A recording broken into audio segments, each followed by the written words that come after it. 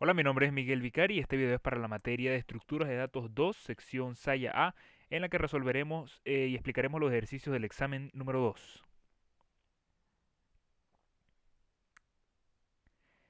El primer ejercicio, la primera pregunta nos dice, para armar una red tenemos 6 computadoras y 9 cables de conexión. Queremos que cada computadora se conecte con otras 3. ¿Existe alguna forma de conectarlos? Y de ser así, esa forma es única. Pues como vemos en la imagen que pudimos hacer, vemos que efectivamente hay una manera para hacerlo en la cual organizamos las 6 PCs, ¿verdad?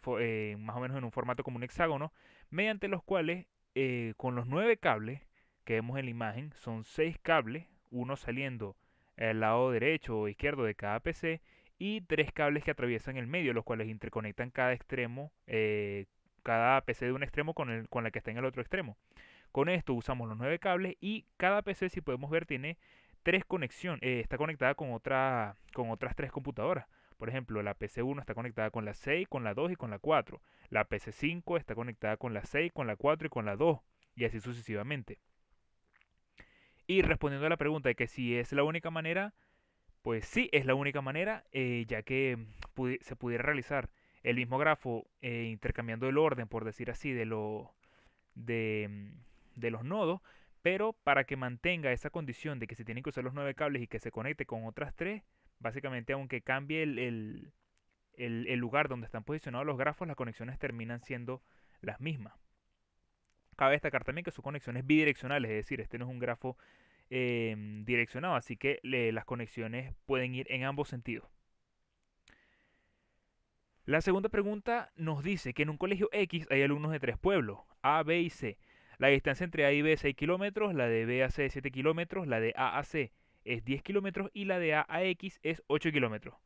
Una empresa de transporte escolar hace dos rutas. La ruta 1 parte de B y recorre C, A y X, y la ruta 2 parte de C y recorre B, A y X. Nos pide dibujar el grafo y su matriz de adyacencia con sus ponderaciones. Para eso procedemos a dibujar como vemos en esta parte. Tenemos tanto la ruta 1 como la ruta 2, los grafos están en la misma posición, las mismas ciudades. Va a cambiar solamente el direccionamiento. En este caso sí vamos a trabajar con grafos direccionados. Como nos plantea el ejercicio, la ruta 1 comienza en B y luego parte a C, a y luego al colegio X. En la ruta 2 parte del nodo C de la ciudad C, la cual va luego a B, luego a y luego a X. Ponemos la distancia entre cada una de las ciudades, es decir, de B a X hay 7 kilómetros, de C a A hay 10 kilómetros y de A a X hay 8 kilómetros en el caso de la ruta 1. En la ruta 2 pues también tenemos las señalizaciones correspondientes. Para calcular la matriz de adyacencia lo que hacemos es que vemos la cantidad de nodos que tenemos, en este caso tenemos 4 nodos en ambas rutas, tenemos que hacer una matriz que sea de 4 por 4, ya que los mismos nodos van a ir a ambos lados de la matriz. Procederemos entonces a rellenar con unos en los espacios donde haya conexión. Véase los nodos que están en forma vertical como los nodos desde los cuales va a partir una conexión, y los que están en forma horizontal, es decir, la columna, son a los cuales va a ir una dirección. Por ejemplo, en la ruta 1, de C, del nodo B se va al nodo C. Por tanto, del B, fila B, se va a la columna C. Así que ahí ponemos un número 1. Luego, del nodo C se va al A. Entonces, del nodo C en las filas se va al A en columnas. Colocamos un 1 ahí también. Y finalmente del nodo A se va al nodo X. Del nodo A en la fila se va al nodo X en las columnas. Todos los demás espacios los rellenamos con un 0, lo que quiere decir que no hay conexiones, no hay conexiones válidas o no hay conexiones que se nos proporcionen en ese enunciado, por eso están con un 0. Y lo mismo realizamos para la ruta 2. Como nos decían que tenemos que tener en cuenta sus ponderaciones, eh, realizamos de nuevo las dos matrices, pero con las distancias correspondientes que tienen entre las ciudades. Es decir, de C a A en la ruta 1 hay 10 kilómetros, de B a C hay 7 kilómetros y de A a X hay 8 kilómetros. En la ruta 2, de B a A hay 6 kilómetros, de C a B hay 7 kilómetros y de A a X hay 8 kilómetros. Luego nos pregunta, suponiendo que se cobra a cada alumno 85 centavos por kilómetro recorrido, determina cuál es la ruta que más le conviene a la empresa y por qué.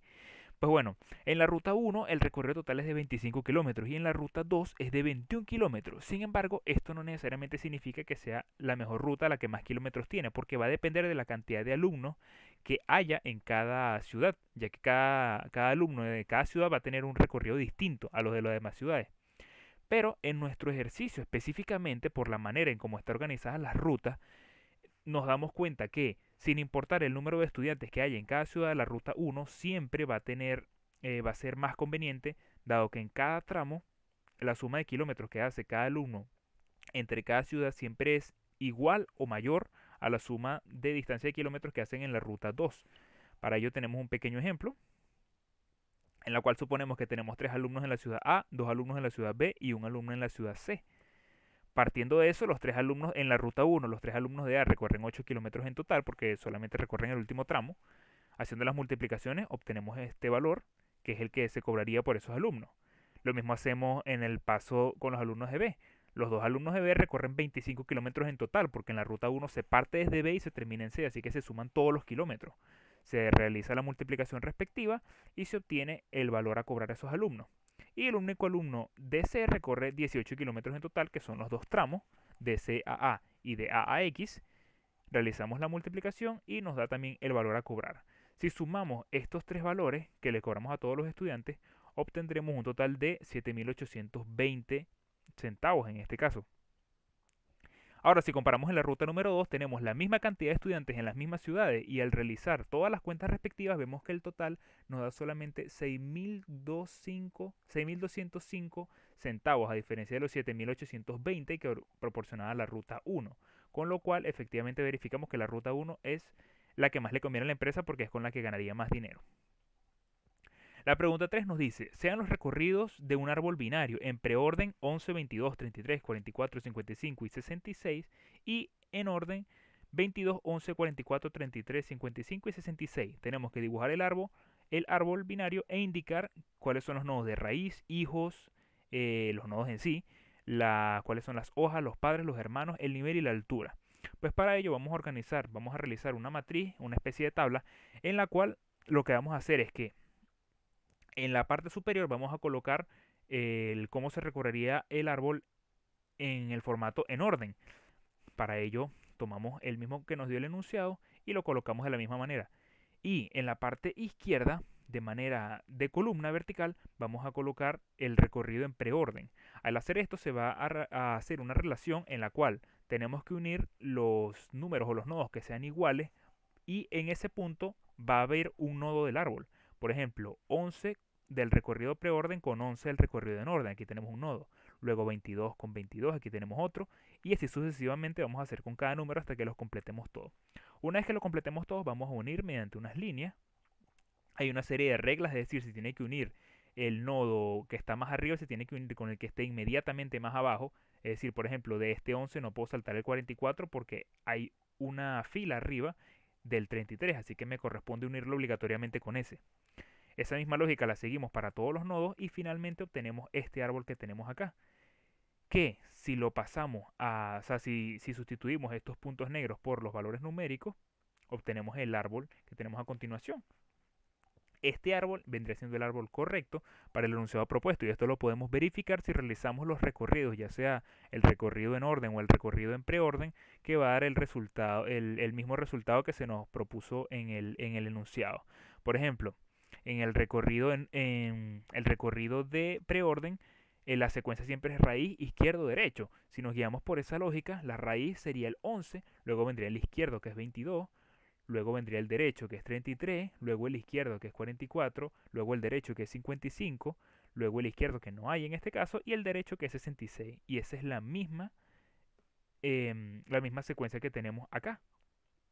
Si lo hacemos en inorden, pasa lo mismo. En inorden la secuencia que se tiene es izquierdo, raíz y luego el derecho.